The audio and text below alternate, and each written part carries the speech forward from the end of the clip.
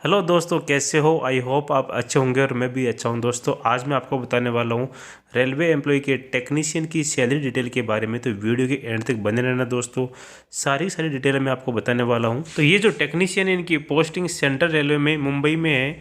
तो ये वहाँ पर ग्रॉस पेमेंट कितना बनता है और नेट पेमेंट है वो कितना बनता है, देखते हैं। तो यहाँ पे ये है इनकी सैलरी स्लिप, और सैलरी स्लिप में आप देख लीजिए सबसे ऊपर ही ऊपर लिखा हुआ है CR सेंट्रल रेलवे, और लिखा हुआ है लोको वर्कशॉप परेल। तो यहाँ पे ये है नवंबर 2022 की इनकी सैलरी स्लिप है, और यहाँ पे इनकी सबसे पहले ऊपर ही ऊपर लिखा हुआ है एम्प्लॉय नंबर। ठीक है, वो मैंने प्राइवेसी के लिए हाइड कर दिया है और नाम भी मैंने हाइड कर दिए है।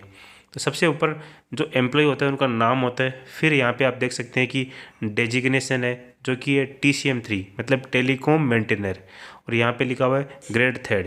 तो जब अगर टेक्नीशियन रेलवे में ज्वाइन करते हैं तो उनकी जो स्टार्टिंग की पोस्टिंग होती है वो होती है ग्रेड 3rd लेवल पे। तो उसके बाद में ग्रेड 3rd से प्रमोशन होता है टेक्नीशियन ग्रेड 2nd में, और उसके बाद में होता है टेक्नीशियन ग्रेड 1 में, फिर MCF, फिर होती है जूनियर इंजीनियर, फिर सीनियर इंजीनियर। इस तरीके से ये पोस्टिंग होती है। तो अब बात कर लेते हैं कि इनका डिपार्टमेंट। तो यहाँ पे लिखा हुआ है SNT मतलब सिग्नल एंड टेलीकॉम डिपार्टमेंट है। फिर स्टेशन लिखा हुआ है BY मतलब भाईकला, मुंबई में एक भाईकला स्टेशन है, तो यहाँ पे इनकी पोस्टिंग है। इसके बाद में लिखा हुआ है बिल यूनिट मतलब जहाँ से पेमेंट इश्यू होता है, जहाँ से पेमेंट टेक्नीशियन को मिलता है वो बिल यूनिट है। ठीक है, फिर आधार नंबर लिखा हुआ है एम्प्लॉय का।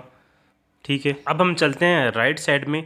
तो राइट साइड में मैंने स्क्रॉल किया है, और यहाँ पे आप देख सकते हैं दोस्तों, सबसे पहले लिखा हुआ है डेट ऑफ बर्थ। तो जो एम्प्लॉय की जो डेट ऑफ बर्थ होती है यहाँ पे लिखा हुआ है 01/05/1995। ठीक है, यहाँ पे लेवल जो टेक्नीशियन है जो स्टार्टिंग में जब ज्वाइन करते हैं तो उसी टाइम की है। तो ये जो टेक्नीशियन ग्रेड 3rd पे होते हैं ये लेवल 2nd में आते हैं। फिर यहाँ पे लिखा हुआ इंक्रीमेंट। अब देख लेते हैं इंक्रीमेंट डेट। तो यहाँ पे 1/1/2023 मतलब 2023 1 जनवरी को इन एम्प्लॉय की सैलरी में इंक्रीमेंट होगा। फिर लिखा हुआ मोबाइल नंबर, जो यहाँ पे आप देख सकते हैं इस पर लिखा हुआ है। तो अब हम चलते हैं और राइट साइड में। तो यहाँ पे जो डिटेल लिखी हुई है मैं आपको बताता हूँ। तो सबसे पहले आप देख लीजिए यहाँ पे डेट ऑफ ज्वाइनिंग लिखा हुआ है 22/2/2020। फिर है प्रान नंबर। तो ये दोस्तों प्रान नंबर उन एम्प्लॉय का होता है जो एम्प्लॉय पेंशन में आते हैं, जैसे न्यू पेंशन स्कीम है तो उनके लिए प्रान नंबर। इसके बाद में यहाँ पे लिखा हुआ है पेमेंट मोड। तो पेमेंट मोड है ये NEFT लिखा हुआ, मतलब NEFT के थ्रू है एम्प्लॉय को पेमेंट मिलता है। फिर बैंक का ये IFSC कोड है, तो ये आप देख सकते हैं। फिर अकाउंट नंबर है, और उसके बाद में लिखा हुआ है पैन कार्ड का ये पैन नंबर।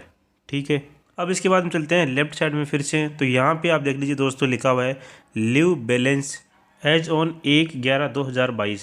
तो इस डेट तक लीव बैलेंस कितनी है। फिर लिखा हुआ है ड्यूटी डेज। तो यहाँ पे लिखा हुआ है 30 दिन, मतलब एम्प्लॉय ने 30 दिन तक ड्यूटी करी है। इसके बाद में यहाँ पे राइट साइड में चलते हैं, और यहाँ पे लिखा हुआ है LAP मतलब लीव ऑन एवरेज पे। ये एक टाइप की छुट्टी होती है दोस्तों। तो यहाँ पे एम्प्लॉय के पास में बची है 1.5 मतलब 1.5 है। तो यहाँ पे लिखा हुआ WP मतलब विदाउट पे। तो यहाँ पे है 0, मतलब एम्प्लॉय ने विदाउट पे 0 दिन ड्यूटी करी है। अगर कोई एम्प्लॉय है उसके पास में सारी छुट्टी खत्म हो जाती है तो तब है जो एम्प्लॉय विदाउट पे छुट्टी लेनी पड़ती है, मतलब जब छुट्टी लेता है तो उस दिन का पेमेंट है एम्प्लॉय को मिलता नहीं है। उसके बाद में चलते हैं हम राइट साइड में फिर से, और तो यहाँ पे लिखा हुआ है LHAP। इसका मतलब होता है लीव ऑन हाफ एवरेज पे। ठीक है, तो यहाँ पे एम्प्लॉय के पास में 6 LHAP है। ठीक है, तो अब बात कर लेते हैं अर्निंग डिटेल की। तो यहाँ पे देख लीजिए दोस्तों, लिखा हुआ है सैलरी डिटेल। ठीक है, यहाँ पे लिखा हुआ अर्निंग। तो सबसे पहले बेसिक पे। जब एम्प्लॉय ज्वाइन करता है एज ए टेक्नीशियन तो उसका जो बेसिक रहता है 19,000। यहाँ पे आप देख लीजिए दोस्तों, 2020 में एम्प्लॉय ने ज्वाइन किया था, अभी 2022 की नवंबर की मैं आपको सैलरी स्लिप दिखा रहा हूँ। तो जब बेसिक में इंक्रीमेंट हुआ है तो यहाँ पे बेसिक है 21,100 रुपये। फिर बात कर लेते हैं DNS अलाउंस, जिसको बोलते हैं महंगाई भत्ता। तो ये है 38%। तो बेसिक है 21,100 रुपये, इसका 38% आप निकाल लीजिए तो ये आएगा 8,018 रुपये। ठीक है, फिर बात करते हैं हाउस रेंट अलाउंस, जिसको बोलते हैं HRA। ठीक है, तो यहाँ पे ये जो HRA है ये मुंबई का है 27%।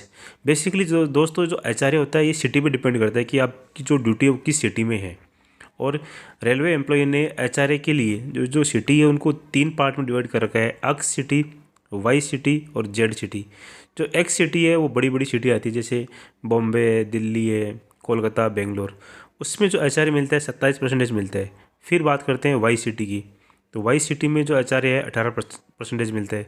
फिर जेड सिटी में मिलता है 9%, जो लोकल सिटी आती है। ठीक है, बात करते हैं ट्रांसपोर्ट अलाउंस की।